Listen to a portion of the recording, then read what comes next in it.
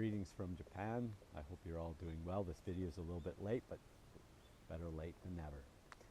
You know, when we think of someone who's a boss or someone who's a leader, what's a few things that come to mind? Well, one thing that might come to mind is someone who is exuberant, who can really dazzle a crowd. They're very charismatic and they can inspire and encourage a crowd by their words, and they really love to be the center of attention.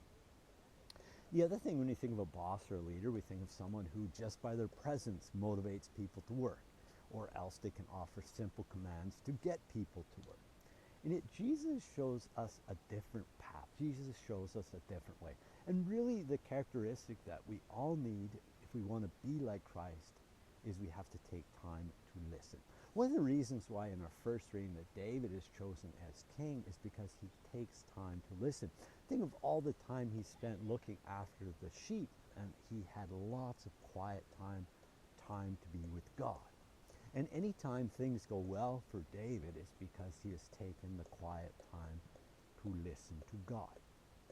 Now, he is selected as king in today's first reading for three reasons. The first is the family ties to the tribes of Israel.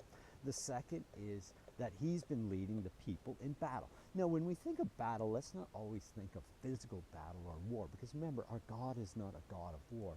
But we all face temptations. We all have to be delivered from evil as we pray in the Lord's Prayer. And this is a constant thing. And even when there's war that breaks out, it's not a human being against a human being. It's actually sin versus sin. And we constantly have to be delivered from this so that we can be at peace with one another. And of course, we have to take our own God time to center ourselves in God so that we can be prepared for whatever temptations we have to face during our day. Now, the third reason is obviously God is calling David to be king.